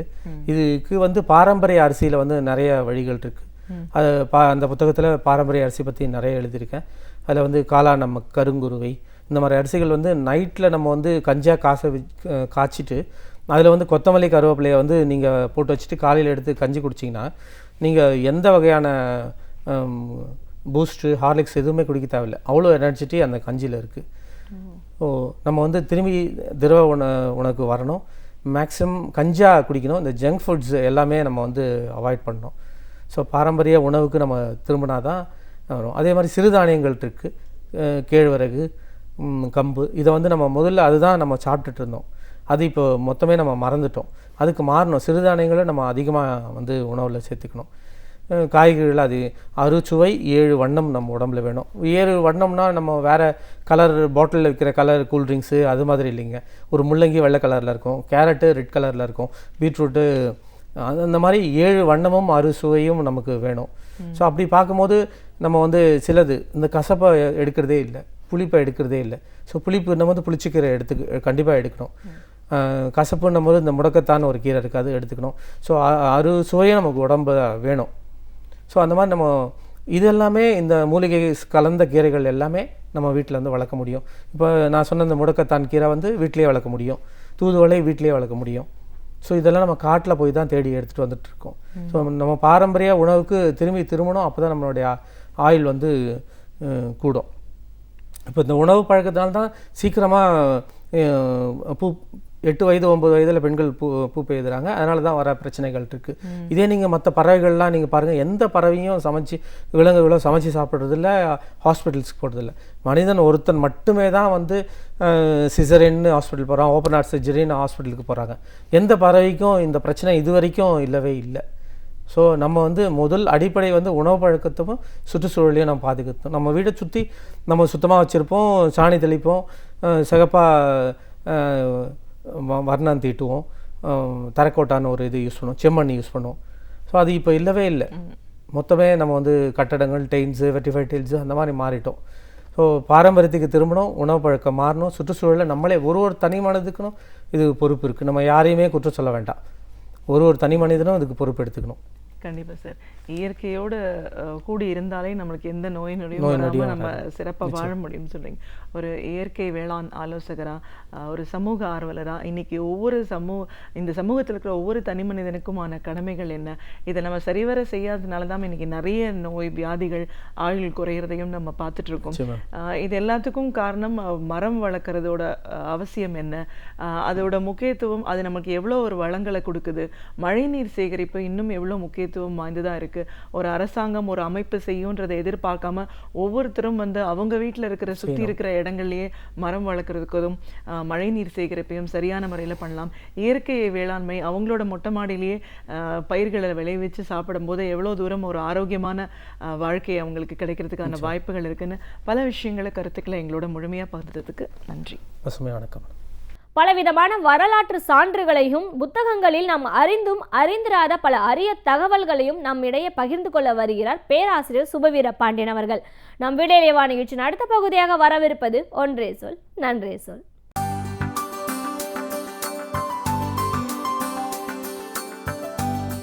அனைவருக்கும் என் அன்பு வணக்கம். பயண கட்டுரைகள், பயண இலக்கியங்கள் இன்றைக்கு ஏராளமாக வந்து கொண்டிருக்கின்றன. இப்போது பயணம் செய்வதும் எளிதான ஒன்றாகத்தான் இருக்கிறது. இந்த கோடியிலிருந்து உலகத்தின் அந்த மூலைக்கு போவது கூட விமான பயணங்களின் மூலம் மிக எளிதாக ஆகியிருக்கிறது. ஆனால் ஏறத்தாழ 700 ஆண்டுகளுக்கு முன்னால் பயணம் செய்வதென்பதும் அந்த பயண குறிப்புகளை எழுதி வைப்பதென்பதும் மிகப்பெரிய செய்தி என்று தான் சொல்ல வேண்டும். அப்படிப்பட்ட பயணிகளிலே ஒருவர் தான் மார்க்கோ போலோ. மார்க்கோ போலோவை பற்றி நாம் பாடப்புத்தகங்களிலே தொடர்ந்து படித்திருக்கிறோம். ஆனால் அவர் ஒரு அதிசயமான மனிதர் என்று தான் சொல்ல வேண்டும். எந்த விதமான வாகனங்களும் இல்லாத போது மலைகளில் ஏறி இறங்கி பாலைவனங்களை கடந்து வெனிஸ் நகரத்திலே தொடங்கி சீனா வரைக்கும் அவர் நடைப்பயணமாக வந்து திரும்பியிருக்கிறார் என்பது குறித்து கொள்ள வேண்டிய ஒரு செய்திதான். அவர் 1254 ஆண்டு பிறந்தவர். பிறந்த 17வது ஆண்டிலேயே அவருடைய பயணம் தொடங்கிற்று. அவருக்கு 17 வயதாகிற போது அவரும் அவருடைய தந்தையாரும் அவருடைய பெரியப்பாவினுடைய மகனும் 3 பேருமாக சீனாவை நோக்கி தங்கள் பயணத்தை தொடங்கினார்கள். இன்னொரு வேடிக்கை என்னவென்றால், மார்க்கோ போலோவினுடைய தந்தை நிக்கோலோ போலோவுக்கும் இப்படி பயணம் செய்வதிலே பெரிய விருப்பம் உண்டு. மார்க்கோ போலோ இத்தாலியை சார்ந்தவர். அன்றைக்கு வெனிஸிலே பிறந்தார். அவர் பிறக்கிற போது கூட அவருடைய தந்தையார் அந்த ஊரிலே இல்லை. அவர் ஏற்கனவே பயணத்திலே தான் இருந்தார். மார்க்கோ போலோ பிறந்து 5 ஆண்டுகளுக்கு பிறகுதான் அவருடைய தந்தையார் ஒரு பயணத்தை முடித்து திரும்ப வந்தார். தன்னுடைய மகனை 5 வயது 6 வயதிலே தான் முதலாக பார்த்தார். பிறகு தன் மகனுக்கும் இந்த ஊர் சுற்றி பார்ப்பதில் இருக்கிற மகிழ்ச்சியை, பயணங்களின் மூலம் உலக அறிவை பெறுவதில் இருக்கிற ஆர்வத்தை அவனுக்கும் தூண்டினார். அதன் விளைவாக மறுபடியும் ஒரு பயணத்தை அவர் தன் மகனோடு மேற்கொண்டார். இன்னொரு மகன், அவருடைய அண்ணன் மகனும் அந்த பயணத்திலே கலந்து கொண்டார்கள். மொத்தம் 3 பேருமாக அவருடைய 17வது வயதிலே அந்த பயணத்தை தொடங்கி ஐரோப்பா எங்கே இருக்கிறது, சீனா எங்கே இருக்கிறது, ஐரோப்பாவிலே இருந்து வெனிஸிலே இருந்து சீனா வரைக்கும் அவர்கள் மெல்ல மெல்ல ஒவ்வொரு நாடாக பார்த்து கடந்து நடந்து சென்றார்கள். அவருக்கு முன்னால் யாரும் பயணிகளே இல்லையா என்றால் இருந்திருக்கிறார்கள். ஆனால் தன் பயண குறிப்பை முதலாக எழுதி வைத்தவர் மார்க்கோ போலோ தான். இன்னமும் சொன்னால் மார்க்கோ போலோவுக்கு ஒரு 10 நூற்றாண்டுகளுக்கு முன்பே பல பயணிகள் இருக்கிறார்கள். யுவான் சுவாங் எல்லாம் நாம் படித்திருக்கிறோம். ஆனால் அவர்களெல்லாம் கிழக்கிலே இருந்து மேற்கே போனவர்கள். மார்க்கோ போலோ தான் மேற்கே இருந்து கிழக்கு நோக்கி நடந்த பயணி என்று நாம் குறிக்கலாம். அப்படி அவர்கள் சீனாவுக்கு வந்து கொண்டிருந்த போது சீனாவை ஒரு மங்கோலிய மன்னன் கும்ளே கான் என்கிறவன் ஆண்டு கொண்டிருந்தான். அவனுக்கு என்ன காரணத்தினாலோ மார்க்கோ போலோவை பார்த்தவுடனேயே பிடித்து போய்விட்டது. அவன் பார்த்த முதல் ஐரோப்பியன் மார்க்கோ போலோ தான். அப்போதெல்லாம் இன்று இருப்பது போல கிழக்குக்கும் மேற்குக்கும் அப்படி ஒரு நெருக்கமான தொடர்புகள் ஏதுமில்லை. ஒரு ஐரோப்பியனை, அது மார்க்கோ போலோவை பார்த்தவுடனே அந்த அரசன் கும்ளே கானுக்கு பிடித்தது. நீ இங்கேயே தங்கினால் என்ன என்று கேட்டான். சீனாவை சுற்றி பார்க்க வேண்டும், சீன மக்களினுடைய பண்பாட்டை அறிந்து கொள்ள வேண்டும், குறிப்பாகவே ஆசியாவை பற்றிய பல்வேறு செய்திகள் ஐரோப்பாவிலே இருந்தன. அவற்றுள் எவையெல்லாம் உண்மை என்பது கூட தெரியவில்லை. எனவே இந்த மக்களோடு வாழ்ந்து இவர்களின் பண்பாட்டை அறிந்து கொள்ள வேண்டும் என்கிற ஆர்வத்தில் இருந்த மார்க்கோ போலோவுக்கு அரசன் சொன்ன சொற்கள் மிக மகிழ்ச்சியை தந்தன. அதற்கு பிறகு அவர்கள் 3 பேரும் சீனாவிலேயே தங்கிவிட்டார்கள். எவ்வளவு காலம் தங்கினார்கள் என்றால் ஓராண்டு ஈராண்டு அல்ல, 25 ஆண்டு காலம் சீனாவிலே தங்கிவிட்டார்கள். 25 ஆண்டு காலம் தங்கிவிட்டு 1295 தான் மறுபடியும் தங்கள் தாயகத்துக்கு திரும்பினார்கள். தாயகத்துக்கு திரும்புகிற போது தாய்நாடு ஒரு போர்க்களத்திலே இருந்தது. அன்றைக்கு வெனிஸுக்கும் ஜெனோவாவுக்கும் இடையிலே ஒரு கடுமையான யுத்தம் நடந்து கொண்டிருந்தது. இவர்கள் தாய்நாட்டிலேயே இல்லை, ஆனாலும் தாய்நாட்டு பற்று என்பது அவர்களுக்கு உள்ளே இருந்திருக்கிறது. திரும்பிய உடனே போர்க்களத்தில் நின்ற தன் தாய்நாட்டுக்கு ஆதரவாக இவர்களும் ஒரு போர்க்களத்துக்கு போனார்கள். போகிற வழியிலேயே கைது செய்யப்பட்டார்கள். மார்க்கோ போலோ ஜெனோவா நாட்டுக்காரர்களால் கைது செய்யப்பட்டு 4 ஆண்டு காலம் சிறைச்சாலைக்குள்ளே இருந்தார். அந்த 4 ஆண்டு காலத்திலே தான் த டிராவல்ஸ் ஆஃப் மார்க்கோ போலோ என்கிற புத்தகத்தை அவர் எழுதினார். அதுதான் பயண இலக்கியங்களில் குறிப்பிடத்தக்க ஒரு நூல் என்று கூறுகிறார்கள். அதற்கு முன்னால் இருந்த யுவான் சுவாங் போன்றவர்களினுடைய பயணங்களெல்லாம் சின்ன சின்ன குறிப்புகளாக இருக்கின்றன. த டிராவல்ஸ் ஆஃப் மார்க்கோ போலோ என்பதுதான் ஒரு புத்தகமாக ஒரு பயண இலக்கியத்திற்கு உள்ள இலக்கணத்தோடு அமைந்திருக்கிறது என்று இன்றைக்கும் வரலாற்று ஆய்வாளர்கள் கூறுகிறார்கள். எப்போது பயணத்தை தொடங்கினோம், எங்கெங்கு தங்கினோம், யார் யாரோடு பழகினோம், என்னென்ன மாதிரியான இட அமைப்புகள் இருந்தன, எப்படிப்பட்ட உணவு வகைகள் கிடைத்தன, போகிற வகையில் பருவநிலை மாற்றம் எப்படி இருந்தது என்கிற இத்தனை செய்திகளையும் மிக நுணுக்கமாக மார்க்கோ போலோ குறித்திருந்தார். அதிலும் பெரிய வியப்பு என்ன என்றால், அவர் அந்த குறிப்புகளை எல்லாம் 25 ஆண்டுகளுக்கு பிறகு எழுதுகிறார். நேற்றைக்கு நடந்தது நமக்கு மறந்து போகிறது இன்றைக்கு. ஆனால் அவர் தொடங்கிய ஆண்டு வேறு, பயணத்தை முடித்த ஆண்டு வேறு. 25 ஆண்டுகளுக்கு பிறகு நடந்தனவற்றையெல்லாம் தொகுத்து எதுவும் விட்டு போய்விடாமல் அப்படி ஒரு பெரிய பயண இலக்கியத்தை உலகுக்கு அவர் தருகிறார். 4 ஆண்டுகள் சிறை அனுபவம் அவருக்கு இப்படி பயண இலக்கியத்தை எழுதுவதற்கான பெரிய வாய்ப்பாக அமைகிறது. வெளியிலே வந்ததற்கு பிறகு 1300வது ஆண்டு, அதாவது அவருடைய 46வது வயதிலே தான் அவருக்கு திருமணம் நடக்கிறது மார்க்கோ போலோவுக்கு.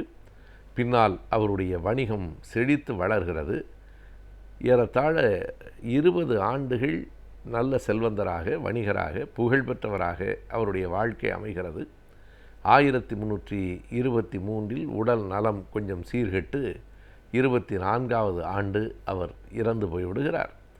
அவருடைய வாழ்க்கையை நாம் உற்று கவனித்தால், படிக்க வேண்டிய நேரத்தில் பயணம் போயிருக்கிறார், பயணம் போகக்கூடிய வயதில் திருமணம் செய்து கொண்டிருக்கிறார். எல்லாம் முன்னுக்கு பின் மாறாக இருந்திருக்கின்றன. ஆனாலும் அவருடைய வாழ்க்கை பின்பற்றத்தக்கதாக என்று சொல்ல முடியாவிட்டாலும் கூட கவனிக்கத்தக்கதாக இருக்கிறது. இப்படி ஒரு பயணம், அதில் பெற்ற அனுபவம், அதை பதிவு செய்கிற அந்த போக்கு, இவை 3ஐயும் நாம் கவனிக்கலாம். பயணம் போகிறவர்கள் இன்றைக்கும் ஏராளமாக இருக்கிறார்கள். ஆனால் எல்லா பயணிகளும் தங்களின் அனுபவங்களை பதிவு செய்வதில்லை. இதனை 700 ஆண்டுகளுக்கு முன்னால் அதனை பதிவு செய்ய வேண்டும் என்று மார்க்கோ போலோவுக்கு தோன்றியிருக்கிறது. மார்க்கோ போலோவினுடைய அந்த பயண நூல்தான் பின்னால் வந்திருக்கிற உலகத்தினுடைய ஆயிரக்கணக்கான பயண நூல்களுக்கெல்லாம் முன்னோடி என்று கூறலாம்.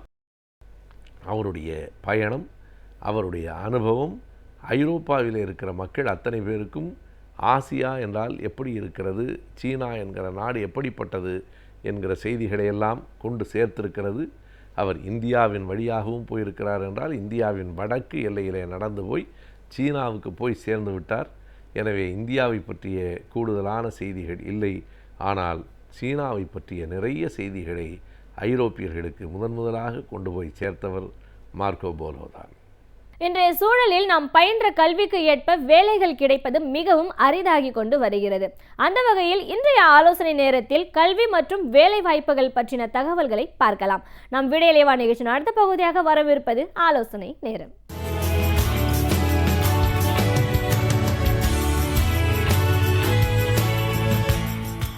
வணக்கம்.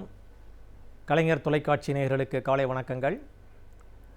இன்றைய ஆலோசனை நேரத்தில் நாம் கைபேசியை பயன்படுத்துவதற்குள்ள சிரமங்களை பற்றியும், அதனுடைய பாதுகாப்பு முறைகள் பற்றியும் பேசலாம். கைபேசி ஒரு சாதாரண ஒரு தொலைபேசி போல தானே, இதுக்கு என்ன பாதுகாப்பு தேவை அப்படின்னு நம்ம யோசிக்கலாம். இந்த ஸ்மார்ட் ஃபோன் வந்ததுக்கப்புறம் அந்த கைபேசியுடைய பயன்பாடு ரொம்ப அதிகமாக வளர்ந்து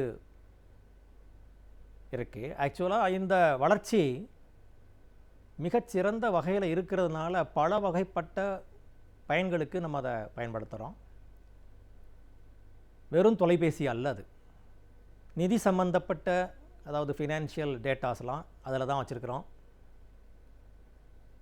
மெயில் அனுப்புகிறோம், எஸ்எம்எஸ் அனுப்புகிறோம், நம்முடைய தனிப்பட்ட தகவல்களும் அதில் தான் இருக்குது. இந்த பர்சனல் டேட்டான்னு சொல்லப்படுகின்ற தகவல்களும் அங்கே தான் இருக்குது.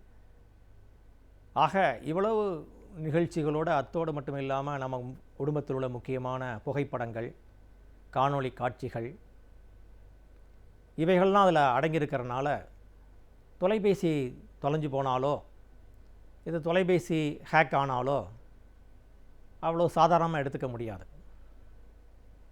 இணையதளங்களில் தான் அந்த ஹேக்கிங்கு, கணினியில் ஹேக்கிங்னு இருந்த காலம் போய் இப்பொழுது கைபேசியிலையுமே இந்த ஹேக்கிங் வர ஆரம்பிச்சிருச்சு.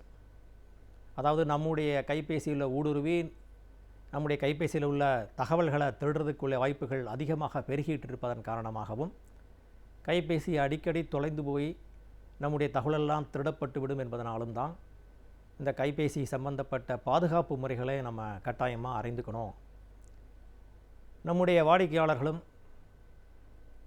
தொலைக்காட்சி நேயர்களும் இது சம்பந்தப்பட்டமான அறிதலும் புரிதலும் இருக்கணும் அப்படிங்கிறதுக்காக தான் இன்றைய நிகழ்ச்சியில் இந்த தலைப்பை நம்ம தேர்ந்தெடுத்திருக்கிறோம். ஆக தொலைபேசி அல்லது கைபேசியினுடைய பாதுகாப்பு மிக மிக அவசியம் என்பதை மனசில் வச்சுக்கிட்டு எந்தெந்த வகையில் அந்த பாதுகாப்பை நம்ம ஈடுபடுத்தலாம் அப்படின்னு பார்ப்போம். முதலாவதாக இந்த கைபேசியினுடைய திரையை நம்ம பூட்டணும். அதாவது ஸ்க்ரீன் லாக்குன்னு சொல்லுவாங்க. அப்படி திரையை பூட்டலை அப்படின்னா யார் வேணாலும் அந்த கைபேசி எடுத்து பயன்படுத்த முடியும். அப்போ அந்த ஸ்க்ரீன் லாக் பண்ணுறதா இருந்தால் பல வகையில் பண்ணலாம். சாதாரணமாக இந்த பூட்டு போடலை அப்படின்னா ஸ்லைடு அப்படின்னு ஒன்று இருக்கும். அதை கையில் எந்த பக்கமாக தள்ளினோமோ உடனே அந்த கைபேசி திறந்தோடு நம்ம உள்ளே போகலாம். ஆனால் அந்த ஸ்க்ரீன் லாக் பண்ணுறப்ப முதல்ல பின் நம்பர் போடலாம். அதாவது பர்சனல் ஐடென்டிஃபிகேஷன் நம்பர். அந்த எண்ணை நமக்கு வேண்டிய எண்ணை அதில் தேர்ந்தெடுத்துக்கலாம். வழக்கமாக எல்லோரும் எடுக்கிற மாதிரி 000 1 2 3 4 அப்படின்லாம் ஈஸியாக மற்றவர்களால் யூகிக்கக்கூடிய எண்களை தேர்ந்தெடுக்காமல் சிக்கலான எண்களை நம்ம அதில் எடுத்துக்கலாம். பின் எடுத்துக்கலாம். பின் அப்படி நம்பர் இல்லாமல் இருந்தால் பாஸ்வேர்டு போட்டுக்கலாம். இந்த கடவுச்சொல் அப்படின்னு சொல்லப்படுகின்ற அந்த பாஸ்வேர்டு ஆல்ஃபா நியூமெரிக்காக இருப்பது நல்லது. அதாவது எழுத்தும் எண்ணும் கலந்து அதோட சில ஸ்பெஷல் கேரக்டர்ஸும் இணைந்து இருந்தால் அது கொஞ்சம் உடைப்பதற்கு கடினம். ஸோ அந்த பாஸ்வேர்டை பயன்படுத்தியும் பண்ணலாம், பின்னை பயன்படுத்தியும் பண்ணலாம். இன்னொன்று பேட்டர்ன் அப்படின்னு ஒன்று இருக்குது. அதாவது 9 புள்ளிகள் இருக்கும். இந்த 9 புள்ளிகளை நேர்கோட்டில் சேர்க்கலாம். விதவிதமாக நம்ம ஏற்ற மாதிரி அந்த பேட்டர்னை உருவாக்கிக்கிட்டு அந்த பேட்டர்ன் படி நம்ம கைபேசியை திறந்த உடனே அது பட்டால் தான் அது அந்த கைபேசி நமக்கு அந்த பூட்டு விலகும். பின் நம்பர் பார்த்தோம், பாஸ்வேர்டு பார்த்தோம், அதே மாதிரி பேட்டர்ன் பார்க்கலாம். இந்த 3 மட்டும் இல்லாமல் இப்போ வரக்கூடிய கைபேசிகளில் ஃபேஷியல் டிடெக்ஷன் அப்படின்னு ஒன்று இருக்குது. அதாவது நம்முடைய முகத்தை பார்த்து ஏற்கனவே அது பதிவுப்பட்ட முகமாக இருந்தால் அந்த கைபேசி வந்து நமக்காக திறந்துவிடும். இல்லது வாய்ஸ் டிடெக்ஷன் இருக்குது. நம்முடைய குரலை ஏற்கனவே பதிவு பண்ணி வச்சுருந்தோம்னா அந்த குரலை கேட்டு அது பூட்டை திறக்கக்கூடிய வாய்ப்புகள் இருக்குது. ஆனால் அந்த இந்த வாய்ஸ் டிடெக்ஷனில் ஒரு சிக்கல் என்னன்னு கேட்டிங்கன்னா, சில சமயங்களில் நமக்கு கோல்டு இருந்து சளி பிடித்திருந்தால் குரலுடைய அமைப்பு மாறும் இல்லையா, அந்த நேரங்களில் கொஞ்சம் அது திறப்பதற்கு சிரமமாகும். இந்த ரெண்டும் இல்லாமல் பயோமெட்ரிக், அதாவது உயிரியல் சம்பந்தப்பட்ட அடையாளங்களை கொண்டு கண்ணிமை, கைரேகை, இது போன்ற பயோமெட்ரிக் சம்மந்தப்பட்ட உயிர்கள் சம்மந்தப்பட்ட அடையாளங்களை கொண்டு இந்த பூட்டவும் திறக்கலாம். ஆக முதலில் நம்ம செய்ய வேண்டியது ஒரு கைபேசியை வாங்கின உடனே ஸ்க்ரீன் லாக்கு பண்ணிடணும். ஸ்க்ரீன் லாக் பண்ணுறதுக்கு நம்ம ஏற்கனவே சொன்ன மாதிரி பின் போடலாம், அதாவது பர்சனல் ஐடென்டிஃபிகேஷன் நம்பர் போடலாம், பாஸ்வேர்டு பயன்படுத்தலாம், அல்லது பேட்டர்ன் பண்ணலாம்.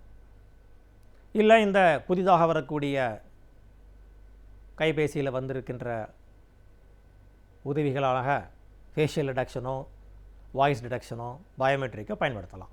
ஆக கட்டாயமாக இதில் ஏதாவது ஒன்று நம்ம பயன்படுத்தி தான் ஆகணும். அதுதான் சிறந்தது. இதில் இப்படி பண்ணுறப்ப இன்னொன்று கவனிக்கணும்.